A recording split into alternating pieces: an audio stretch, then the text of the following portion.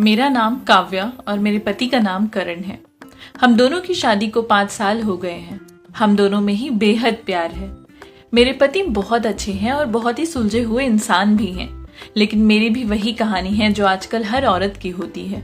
जब तक बच्चे नहीं होते तब तक तो एक दूसरे को समय दे पाते थे, लेकिन बच्चों के बाद घर की सारी जिम्मेदारी मेरे सर पर आ गई और मेरे पति की सैलरी बहुत ज्यादा भी नहीं है। जैसे तैसे उसमें हम दोनों गुजारा करते हैं, लेकिन उसका फर्क हमारे रिश्ते पर जरा भी नहीं पड़ा। हम दोनों को एक दूसरे के साथ बेहद खुश हैं। मेरे 2 बच्चे हैं। मेरे घर में मदद करने के लिए कोई दूसरा नहीं था, लेकिन एक किस्सा मेरे साथ ऐसा हुआ था जिसने मेरी पूरी जिंदगी ही बदल कर रख दी। भगवान ने हमको 2 प्यारे प्यारे से बच्चे दिए। उन दोनों में ही 1-1 साल का ही गैप था। मेरे पति का घर बहुत ज्यादा बड़ा नहीं है और ना ही तनख्वाह ज्यादा है, तो नौकर चाकर तो बहुत दूर की बात। अब छोटे छोटे बच्चों के साथ घर की पूरी जिम्मेदारी, घर का काम, खाना, सब कुछ संभालते संभालते मैं अकेले बहुत थक जाती थी। अगर सही बताऊं तो मुझसे ये सब संभल ही नहीं रहा था। करण अपने माता पिता के इकलौते बेटे ही थे।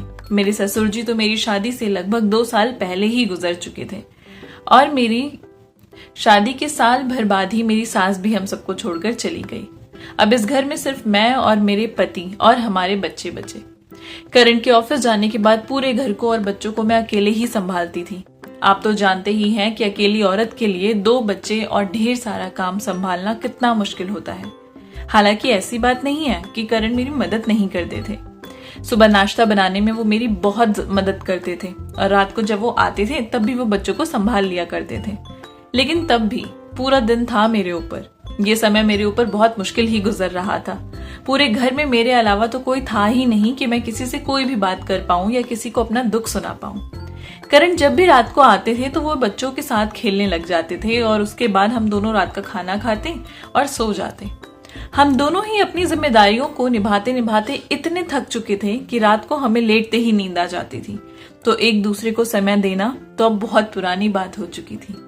एक दिन मेरे पति जब ऑफिस से घर आए तो वो अपने साथ एक बड़ी उम्र के आदमी को भी लेकर आए थे और मुझे कहने लगे कि ये देखो मेरे साथ कौन आया है। जब मैंने उनकी तरफ देखा तो मुझे समझ नहीं आया कि वो कौन है।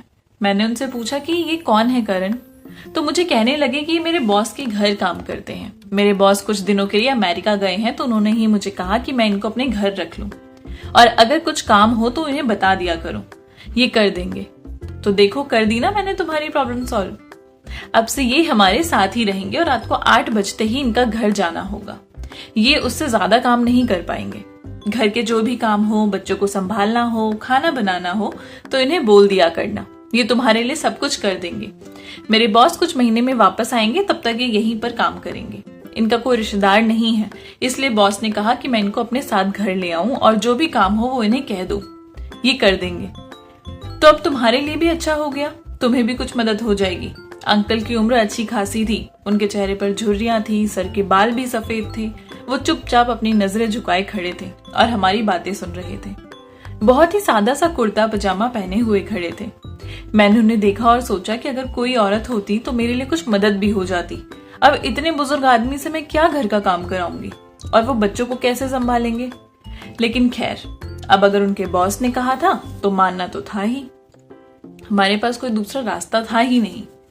वो हर रोज सुबह 9 बजे तक हमारे घर आ जाते थे और रात को 8 बजे तक हमारे घर में ही रहते थे। अब इतने बुजुर्ग आदमी को मैं कैसे घर का काम करने के लिए कहती। लेकिन हाँ, ये जरूर है कि उनके आने से मेरी इतनी मदद हो गई थी कि वो मेरे बच्चों को बहुत अच्छे से संभाल लिया करते थे और मेरे बच्चे भी उनके साथ रह लेते थे। मैं जब भी किचन में काम करती होती तो वो मेरे पीछे पीछे किचन में आ जाते थे और मुझे कहते थे कि बेटा मुझे चाय बनाना, सब्जी काटना, ये सब कुछ आता है। जब भी कुछ काम हो तो तुम बिना झिझके मुझे कहना, मुझे अच्छा लगेगा। वो हमेशा सफेद कुर्ता पजामा और अपने कंधे पर एक कपड़ा रखे रहते थे। इतनी गर्मी में भी वो मुझे किचन में अकेला नहीं छोड़ते थे। हमेशा मेरे साथ किचन में कुछ ना कुछ कराते रहते थे। उन्होंने बहुत बार पूछा कि मैं अपने घर का कोई भी काम उनसे क्यों नहीं कराती। मैंने उन्हें कहा कि अंकल आप मेरे पापा की उम्र के हैं, आपको कोई भी काम बताते हुए मुझे ही शर्म आती है। और वैसे भी अंकल, हम लोग इतने अमीर नहीं हैं कि अब आप हमारा हुक्म माने, और इससे भी बड़ी बात कि आप हमारे घर नौकर नहीं हैं। बस आप मेरे बच्चों को ही संभाल लिया करिए और बाजार से थोड़ा बहुत सामान ला दिया करिए। इससे ज्यादा मुझे आपसे और कुछ नहीं करवाना है।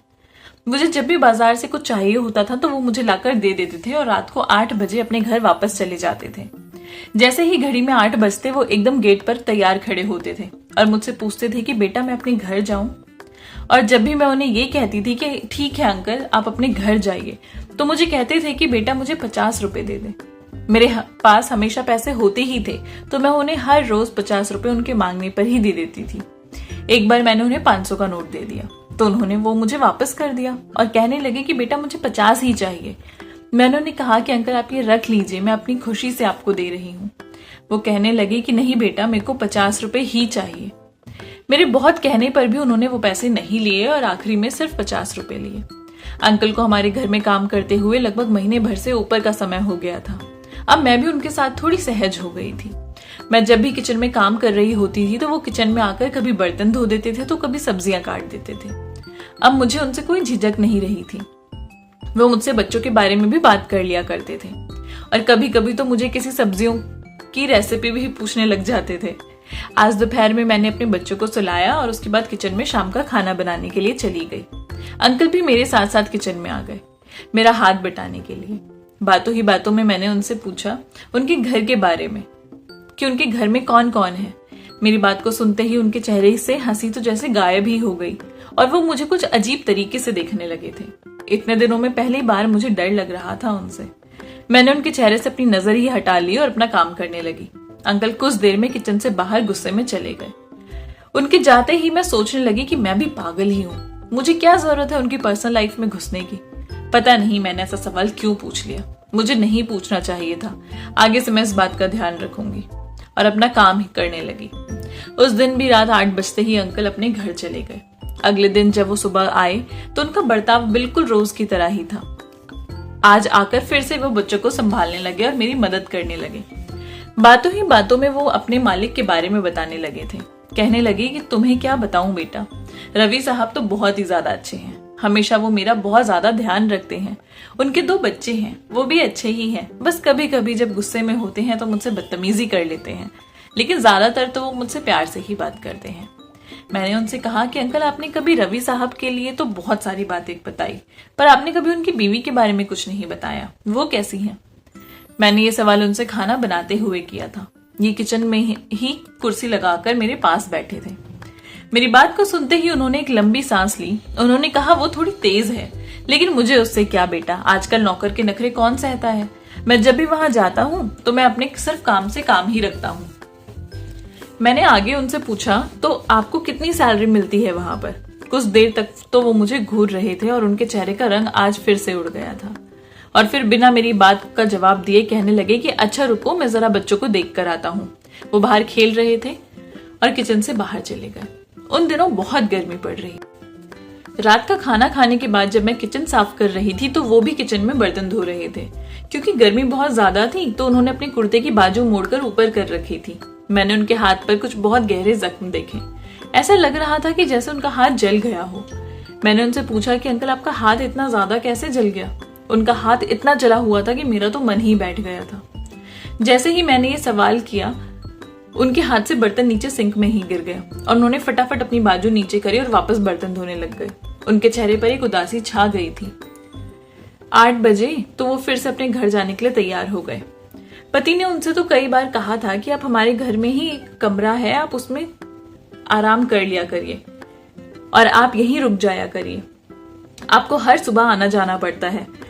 पर वो हमेशा इतनी जल्दी में होते थे कि जैसे घर पर कोई उनका इंतजार कर रहा हो। एक बार तो खुद ही उन्होंने बातों बातों में मुझे बताया था कि मेरी पत्नी बहुत अच्छी है, वो बिल्कुल वैसी है जैसी तुम हो। जैसे तुम करण का इतना ख्याल रखती हो वैसे ही वो भी मेरा बहुत ध्यान रखती है। भगवान तुम दोनों को हमेशा ऐसे ही बनाए रखे, तुम सदा सुहागन रहो बेटा। मैंने आगे उनसे कहा कि अंकल अब मैं समझी कि आंटी आपसे इतना ज्यादा प्यार करती है, इसलिए 8 बजते ही आपको घर जाने की जल्दी होती है, वो आपका इंतजार करती रहती होगी ना। मेरी बात को सुनते ही उनके चेहरे पर एक उदासी सी छा गई। वो एक गहरी सोच में कहीं खो गए थे। कुछ देर में मुझे कहने लगे कि बेटा तुम ठीक ही कह रही हो, वो मेरा बहुत इंतजार करती है। अगर मैं थोड़ा सा भी लेट हो जाता हूँ तो वो वहीं दरवाजे पर खड़ी होकर मुझे देखती रहती है। बहुत परेशान हो जाती है वो मेरे लिए। मैं जब भी घर जाता हूँ तो उसके पास थोड़ा बैठता हूँ। घर जाते ही मेरे पोता पोती मुझे अपने गले से लगा लेते हैं, मुझे बहुत प्यार करते हैं कि दादाजी आ गए, दादाजी आ गए। मेरी बहू उसी समय आकर मुझे चाय पानी देती है और हर रोज मुझे यही कहती है कि पापा खाना गर्म है, अब गर्मा गर्म ही खा लीजिए। लेकिन तुम हो कि तुम मुझे कभी भूखा पेट जाने ही नहीं देती, तो मुझे हर रोज उसे मना करना पड़ता है। उन्होंने ये बात मेरे सर पर अपना हाथ रखते हुए कही थी। वो मुझसे इतने प्यार से बात कर रहे थे जैसे कोई पिता अपनी बेटी को लाड करता है। वो आगे कहने लगे कि फिर रात को जब मेरा बेटा वापस आता है तो वो मेरे पैर दबाए बिना कभी नहीं सोता। मैंने उसे बहुत बार कहा है कि तुम खुद थके हारे आते हो और फिर मेरे पैर दबाने के लिए बैठ जाते हो। तो मुझे कहता कि पापा जब तक आपके पैर मैं नहीं दबाता मुझे नींद ही नहीं आती। सुनकर मुझे बहुत ज्यादा खुशी हुई। मैंने सोचा कि चलो अच्छी बात है, इन अंकल को इनका परिवार इतना अच्छा मिला जो इनका इतना ध्यान रखता है और इतनी परवाह करता है। नहीं तो आजकल के बच्चे तो अपने माता पिता को पूछते तक नहीं है। अंकल ने आगे कहा कि मेरी पत्नी तो ऐसी ही है कि जब तक वो मुझे पूरे दिन की बातें नहीं बता देती उसके दिल को चैन ही नहीं आता। इतना बोलती है कि उसकी बातें कभी खत्म ही नहीं होती और उसी की बातों को सुनते सुनते मुझे हर रोज नींद आ जाती है। वो ये बात कहते हुए हंस रहे थे। मैंने उनसे बहुत बार कहा कि अब तो हमारी इतनी उम्र हो गई है लेकिन तुम्हारा प्यार तो आज भी बिल्कुल वैसा है जैसा पहले था। ये बात बताते हुए उनकी आंखों में आंसू आ गए थे जो शायद उनकी खूबसूरत यादों का सबूत थे। मैंने कहा कि अंकल ये तो बहुत अच्छी बात है कि आपकी पत्नी भी आपको इतना ज्यादा प्यार करती है और वैसे भी एक औरत का प्यार तो कभी पुराना होता ही नहीं है, वो तो समय और उम्र दोनों के साथ बढ़ता ही चला जाता है। मेरी बात को सुनकर वो मुझे बहुत ज्यादा ध्यान से देखने लगे और मुझे कहने लगे कि तुम बिल्कुल मेरी पत्नी राधा जैसी हो, बिल्कुल उसकी तरह ही बातें करती हो। अगर आज मेरी कोई बेटी होती तो बिल्कुल तुम्हारी तरह होती। मैंने अंकल से कहा कि जब आपका बेटा जॉब करता है तो आप काम क्यों करते हैं इस उम्र में। मेरी इस बात को सुनते ही उनके चेहरे का रंग आज फिर उड़ गया था। कभी कभी तो जब बातें करने बैठते तो मुझे अपनी पूरी जिंदगी के बारे में बताने लग जाते थे और कभी कभी जब मैं उनसे कोई सवाल पूछती तो मुझे बिना मेरी बात का जवाब दिए ही वहां से चले जाते थे। लेकिन ये उनकी ही मर्जी थी, उम्र के साथ ऐसा होता है। तो मुझे कभी उनकी इस व्यवहार का बुरा नहीं लगा। आज भी जब वो उठकर चले गए तो मैंने यही सोचा कि हो सकता है कि उनके बेटे की तनख्वाह इतनी ज्यादा नहीं होगी, तभी वो इस उम्र में मेहनत कर रहे हैं। मैंने आज करण को कहा था कि वैसे तो आपके बॉस अंकल को बहुत अच्छी सैलरी देते ही होंगे जिससे उनका गुजारा बहुत अच्छे से हो जाता होगा, लेकिन क्योंकि अब वो अभी यहाँ नहीं है तो अंकल को घर चलाने में कितनी मुश्किल हो रही होगी। मैं चाहती हूँ कि आप अंकल को जितना भी थोड़ा बहुत दे पाए उन्हें दे दें ताकि वो अपना घर आराम से चला पाए। मेरी बात को सुनते ही मेरे पति कहने लगे कि तुम्हें क्या लगा कि मैंने उन्हें सैलरी देने की कोशिश नहीं की। मैंने उन्हें बहुत बार पैसे देने की कोशिश की है लेकिन वो हमेशा मना कर देते हैं। मुझे यही कहते हैं कि मैं काव्या बेटा से ले लेता हूँ और बस मेरी वही तनख्वाह है। अपने पति की बात सुनकर मुझे बहुत अजीब लगा। वो यहाँ पर काम भी कर रहे हैं, तनख्वाह भी नहीं ले रहे, ऐसे कैसे वो अपने घर को चला पाएंगे। 50 रुपए में कोई घर थोड़ी चलता है।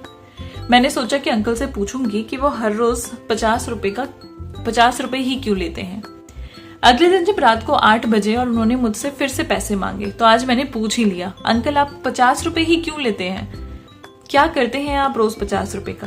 पर इस बार वो बिल्कुल भी खामोशी से बाहर नहीं निकले। मुझे कहने लगे कि बेटा तुम और करण मेरे घर आना और खुद अपनी आंखों से देख लेना। अगले दिन मैं और करण ने सोचा कि हम दोनों उनके घर चलते हैं। हम उनके घर भी गए। एक बहुत ही सुनसान सी जगह थी, बहुत तंग गलियां थी वहां पर। छोटी छोटी सी कई गलियों से गुजरते हुए हम एक और गली में पहुंचे। उस गली में कोई ज्यादा मकान नहीं थे। गली आगे जाकर बंद हो जाती थी। उस गली का आखिरी घर अंकल का था। कुछ ही देर में मैं, अंकल और मेरे पति हम तीनों ही उस घर के बाहर खड़े थे। वो दरवाजा आराम से नहीं खुल रहा था। उसे काफी धक्का दिया तब जाकर वो दरवाजा खुला। जैसे ही दरवाजा खुला अंदर का नजारा देखकर मैं और मेरे पति हम दोनों ही एक दूसरे को बहुत ही हैरानी से देखने लगे। सामने कच्ची मिट्टी से बना हुआ आंगन था। हम जैसे ही घर के अंदर गए तो घर के अंदर बहुत सन्नाटा था, जैसे वहां कोई है ही नहीं। थोड़ा और आगे बढ़े तो वहां 2 कमरे थे। दोनों ही कमरों में खिड़कियां और दरवाजे दोनों ही थे। एक बहुत बड़ा पेड़ भी था, लेकिन वो बहुत सूख चुका था, जैसे उसको बहुत समय से पानी ही ना मिला हो। अंदर का नजारा कुछ ऐसा था जिसे हर चीज मिट्टी का ढेर बन चुकी थी। घर के आंगन में जैसे ही आगे बढ़ रहे थे तो एक कोना ऐसा आया जिसे देखकर मेरे पैरों तले जमीन खिसक गई। उस जगह की मिट्टी गीली थी। उस घर के अंदर कोई भी इंसान था ही नहीं। बहुत खामोशी थी, एक अजीब सा वातावरण था वहां का। घर के एक कोने में एक कब्र बनी हुई थी और उसी के बराबर में एक खटिया रखी थी जिस पर शायद अंकल सोया करते थे। उसी के पास एक तरफ एक मिट्टी का बर्तन रखा था जिसके ऊपर स्टील का ग्लास था। अंकल थोड़ा आगे बढ़े और उस कब्र के पास जाकर बैठ गए और कहने लगे, राधा देखो तो जरा आज कौन आया है तुमसे मिलने के लिए। अरे तुम्हें बताया तो था कि काव्या बेटा हर रोज किसी न किसी बहाने तुम्हारे बारे में और घर के बारे में पूछती रहती है, तो मैंने ही उसे कहा कि मैं उसे तुमसे मिलवाऊंगा। मेरे पति की हालत भी मुझसे कुछ अलग नहीं थी। हम दोनों ही एक दूसरे का मुंह वहां पर खड़े खड़े देखे जा रहे थे। इस समय अंकल ने अपनी जेब से कुछ अगरबत्तियां निकाली और उसे जलाकर वहीं पर लगा दी और उसके बाद हम दोनों को ही वो देखने लगे। हमारे हैरानी भरे चेहरे वो बड़े ही ध्यान से देख रहे थे। उन्होंने आगे कहा, अरे तुम दोनों दरवाजे पर ही क्यों रुक गए, अंदर आओ ना। उसके बाद उन्होंने कहा कि बेटा तुम हमेशा मुझसे पूछती हो ना कि मैं तुमसे 50 रुपए ही क्यों मांगता हूँ। दरअसल बात यह है कि राधा को अगरबत्तियों से आने वाली महक बहुत पसंद है। हर रोज तुम्हारे दिए हुए पैसों से मैं उसके लिए कुछ अगरबत्तियां लेकर आता हूँ और यहीं पर जला देता हूँ ताकि मेरी राधा खुश हो जाए। अब आओ मैं तुम्हें अपनी बहू से मिलवा देता हूँ। वो किचन में खाना बना रही होगी। वो हमेशा मेरे आने से पहले ही मेरे लिए खाना बना कर रखती है क्योंकि वो जानती है कि पिताजी को तो आते ही भूख लग जाती है। ये कहकर वो मेरे पास आए और उन्होंने मेरा हाथ पकड़ा और अपनी किचन की तरफ ले गए। जैसे ही मैं किचन में गई मैं बिल्कुल सन्न रह गई थी क्योंकि वहां की हालत भी पूरे घर की तरह ही थी। कुछ बर्तन वहां पर रखे हुए थे, वो भी सिर्फ धूल खा रहे थे। मैंने मन ही मन सोचा कि हो सकता है कि किसी हादसे में इनका पूरा परिवार खत्म हो गया हो, इसलिए इनको कुछ सदमा लगा है और ये इतने अकेले हो गए हैं। इसी तन्हाई से बचने के लिए ये काम करते हैं ताकि हमेशा कुछ लोगों के बीच रहें। इसके बाद वो मुझे और मेरे पति को लेकर अपने बेटे के कमरे में गए। वहां सामने ही दीवार पर एक बहुत बड़ा फोटो फ्रेम लगा हुआ था जिसे देखकर मेरे पति बहुत हैरान हो गए। उन्होंने बेहद हैरानी से अंकल को देखा। वो अपनी बहू के साथ खड़े खड़े मुस्कुरा रहे थे। उस फोटो में उनका बेटा भी 22 या 25 साल के आसपास का लग रहा था और बहू भी कुछ 20-22 साल की रही होगी। करण की आंखें जैसे खुली की खुली रह गई हो। चौंकते हुए कहा, रवि सर? उन्होंने उस फोटो के पास जाते हुए कहा था। उनके मुंह से ये नाम सुनकर मैं तो उनका मुंह ही देखती रह गई। वैसे तो आज तक मैंने उनके बॉस को नहीं देखा था, पर नाम तो मैं जानती ही थी। मेरे पति ने कहा कि आप रवि सर के पापा हैं, और इसके बाद वो किसी सदमे में चले गए थे। उनके मुंह से शब्द निकल ही नहीं रहे थे। हमारे सामने खड़े अंकल की आंखों से आंसू बह रहे थे। अंकल कहने लगे, नहीं बेटा, मैं कहाँ उसका बाप हूँ, मैं तो उसका नौकर हूँ। और वो बहुत जोर जोर से रोने लगे। मेरे पति ने उन्हें आगे बढ़कर अपने गले से लगा लिया। मेरे पति से गले लगकर वो और तेज तेज रोने लगे। ये सब कुछ देखकर मेरे तो हाथ पैर जैसे कांप रहे थे, आंखों से आंसू बहे जा रहे थे। अंकल कहने लगे कि बेटा, मेरा तो पूरा घर ही बर्बाद हो गया। बेटा, मुझे तो ये भी नहीं पता कि आखिर मेरा क्या कसूर था जो मुझे ऐसा दिन देखना पड़ा। अंकल कहने लगे कि मैंने तो हमेशा से ही अपने माँ बाप की बहुत सेवा की है और वही चीज मैंने अपने बेटे में भी डाली थी। अपने बेटे को भी मैं बचपन से ही बेहद अच्छी परवरिश और बहुत अच्छी पढ़ाई और लिखाई दी। उसको अच्छे से पढ़ने के लिए मैंने वो सब कुछ किया जो एक बाप अपने बेटे के लिए कर सकता है। मैंने शुरू से ही अजय सर के घर में नौकरी करी थी। वो मुझे इतनी तनख्वाह दे देते थे जिससे मेरा घर बहुत ही अच्छे से चल जाता था। मेरी ड्यूटी हमेशा रात को खत्म होती थी और मैं 8 बजे तक अपने घर वापस आ जाया करता था। समय मेरा बेटा तो बहुत ही छोटा था और पत्नी, वो तो पूरे दिन मेरे माँ बाप की सेवा में लगी रहती थी। उसकी तो कभी इतनी हिम्मत भी नहीं हुई कि वो मेरी माँ को या मेरे पापा को पलटकर जवाब तक दे दे। उनकी हर बात को अपना सर झुकाकर मान लिया करती थी। बहुत सेवा की है उसने उनकी। मैं हमेशा रात को 8 बजे तक ही घर वापस आ जाया करता था। उसके बाद अपने पापा के पैर दबाता था, माँ से अपने मन की बातें कर लिया करता था और फिर अपने पत्नी के पास चला जाता था। अपनी पत्नी के साथ गुजारे हुए वही 2-3 घंटे हमारी जिंदगी थी जिसमें हम बहुत अच्छे से हंसते थे, रोते थे, अपना सुख दुख सब बांट लेते थे। जब रवि हुआ, उसको भी मैंने अपने घर में सबसे ऊपर ही रखा था। उसको वो सब कुछ दिया जो शायद ही हमारे परिवार में कभी किसी ने देखा हो। मैं और मेरी पत्नी ने हमेशा यही सोचा कि हम दोनों तो चलो अनपढ़ हैं, इसलिए इस तरीके की दुर्दशा में अपनी जिंदगी जी रहे हैं, लोगों के झूठे खाने को मजबूर हैं, लेकिन कम से कम अगर अपने बेटे को अच्छे से पढ़ा लिखा देंगे तो हमारे दिन भी जरूर बदल जाएंगे। इसी उम्मीद में मैंने अपने बेटे को बहुत अच्छे से पढ़ाया। समय यूं ही बीतता गया और मेरे मम्मी पापा एक दिन दुनिया छोड़कर चले गए। पता ही नहीं चला कि कब मैंने अपने पापा की गद्दी और मेरी पत्नी राधा ने मेरी माँ की जगह ले ली थी। हम दोनों के ही काले काले बाल, बेहद खूबसूरत जवानी अपने बेटे को पालने में और उसकी ख्वाहिशों को पूरा करने में कब बुढ़ापे तक पहुंच गई पता ही नहीं चला। उस समय मेरा बेटा एक अफसर बन गया था। मैंने ही उसकी नौकरी लगवाई थी अपने साहब को कहकर। क्योंकि मैं उनके घर में बहुत समय से काम कर रहा था तो मेरी एक बार कहने पर ही उन्होंने उसे नौकरी दे दी थी। बहुत अच्छा कमाने भी लग गया था वो। मैंने तो अपनी पूरी जिंदगी ही अपने साहब के घर के बचे हुए खाने और उनके पुराने कपड़े को पहनकर ही गुजारी थी। राधा ने भी ऐसा ही किया था। राधा ने भी कभी कोई नई साड़ी नहीं ली थी। उसने भी हमेशा उतरे हुए कपड़े पहने और झूठा खाना ही खाया था। मेरे साहब की एक बेटी थी जो बहुत ही घमंडी थी। मेरे साहब तो मेरी बहुत इज्जत किया करते थे, पर वो लड़की मुझे हमेशा नौकर ही बोलती थी। पर जब मैं नौकर था तो मुझे नौकर सुनने में कोई बुराई भी नहीं लगती थी। जब मेरी बेटी की सैलरी अच्छी हो गई तो मैंने सोचा कि अब मैं अपनी पत्नी के साथ अच्छा समय गुजार पाऊंगा। जो समय मैंने उसको अपनी जवानी में नहीं दिया वो समय मैं उसे अब दूंगा। यही सोचकर मैंने साहब को कहा कि अब मैं नौकरी छोड़ना चाहता हूँ। कुछ समय अपने घर में ही अपनी बीवी के साथ गुजारना चाहता हूँ। बेहद खुशी से वो मेरी बात भी मान गए थे। मैंने तो हमेशा से यही सोचा कि जिस तरीके से मैं और मेरी पत्नी ने अपने माँ बाप की सेवा की है उसी तरीके से मेरा बेटा भी अपने माँ बाप की सेवा करेगा। कुछ महीने मैंने अपने घर पर भी बहुत आराम से गुजारे थे। एक दिन मैं और मेरी पत्नी बैठकर चाय पी रहे थे कि तभी साहब मेरे घर आए। उन्होंने अपनी बेटी के लिए मेरे बेटे का रिश्ता मांगा। मैं और मेरी पत्नी हम दोनों तो बहुत हैरान हो गए थे कि वो कहाँ और हम कहाँ। मेरे बेटे में ऐसा कोई ऐब नहीं था कि वो उन्हें अच्छा नहीं लगता। मेरी तो पूरी जिंदगी साहब की गुलामी में ही निकल गई थी। अब वो मेरे बेटे को भी गुलाम ही बनाना चाहते थे। यही तो था ना, तभी तो वो अपनी बदतमीज और जिद्दी बेटी के लिए वो मेरे बेटे का रिश्ता लेने आए थे। उसकी जिंदगी तो वैसे भी खराब होनी ही थी। मैंने उन्हें इज्जत पूर्वक मना कर दिया था, लेकिन जब ये बात मेरे बेटे को पता चली तो वो उस लड़की से शादी करना चाहता था। उसने मेरी और मेरी पत्नी के खिलाफ जाकर उस लड़की से शादी कर ली। दरअसल वो उनके पैसों को देखकर चकाचौंध रह गया था। रोशनी तो सभी को अच्छी लगती है ना, वो भी इस लालच में आ गया था। कुछ दिन तक वो लड़की हमारे साथ हमारे घर रही और उसके बाद वो अपने घर चली गई और साथ में मेरे बेटे को भी ले गई। उस दिन मेरी पत्नी बहुत रोई थी, पर मैंने उसे बहुत समझाया कि अगर वो जाना चाहता है तो उसे जाने दो। उसकी खुद की भी तो एक जिंदगी है ना, वो उसे अपने हिसाब से जीने दो। तो वो कहने लगी कि मेरी और आपकी अपनी जिंदगी नहीं थी। हमने तो अपनी सारी ख्वाहिश उसके पीछे खत्म कर दी, अपनी पूरी उम्र गुजार दी बस उसको पालने पोसने में और उसको पढ़ाने लिखाने में। क्या हमने ये सब चीजें इसी दिन के लिए किया था? मैंने उसको समझाया कि राधा देखो, वो तो हमारा फर्ज था ना। रोते हुए वो मुझे कह रही थी क्या उसका कोई फर्ज नहीं है। मैंने उसको अलग अलग तरीके से बहुत समझाने की कोशिश की थी। अपने बेटे के जाने का दुख वो नहीं सह पा रही थी। शुरू में तो वो बहुत बार अपनी माँ से मिलने आ जाया करता था, फिर धीरे धीरे उसने इसे हफ्ते में एक बार कर दिया।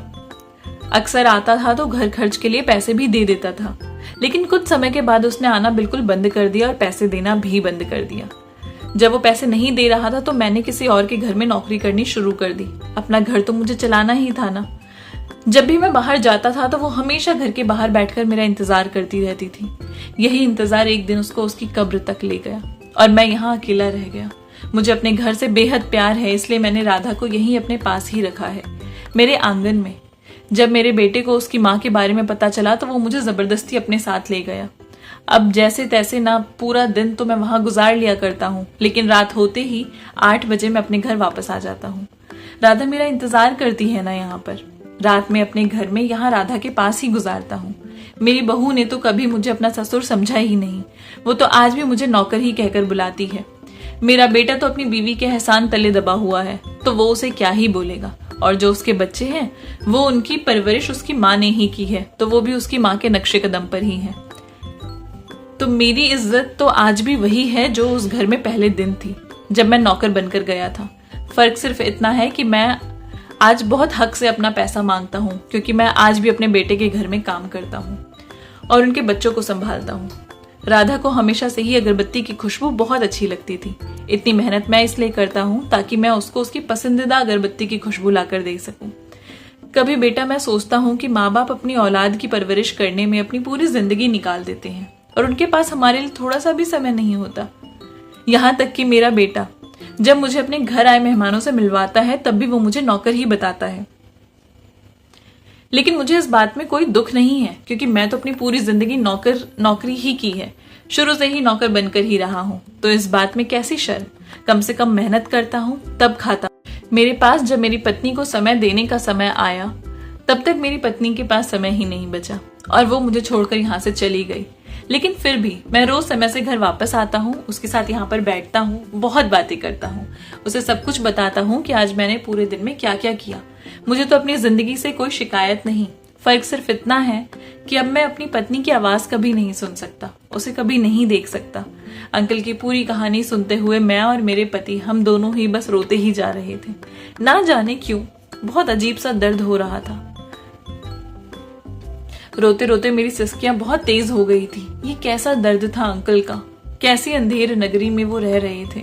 उनके बेटे का घर इतना बड़ा था, इतने नौकर थे उस घर में, पर क्या एक पिता उसे नहीं संभल रहे थे। खैर ये कहानी कौन सी नई है, आजकल तो हर घर की यही कहानी है। ज्यादातर बच्चे अपने माता पिता के साथ ऐसा ही व्यवहार तो करते हैं, लेकिन भगवान कभी किसी को छोड़ता नहीं, उसे भी उनकी ही सजा जरूर देता है, क्योंकि बच्चे तो उनके भी होंगे, आज नहीं तो कल, और उनके साथ भी वही व्यवहार करेंगे जो उन्होंने अपने माता पिता के साथ किया है। और उस दिन उनको उस दर्द का एहसास होगा जिस दर्द से उनके माता पिता गुजरे थे। आई होप आपको कहानी अच्छी लगी होगी। अगर अच्छी लगी है तो चैनल को प्लीज सब्सक्राइब कर दीजिए, लाइक कर दीजिए और अपने प्यारे से कमेंट नीचे ड्रॉप कर दीजिए। मिलूंगी आपसे नई कहानी के साथ, तब तक के लिए बाय बाय।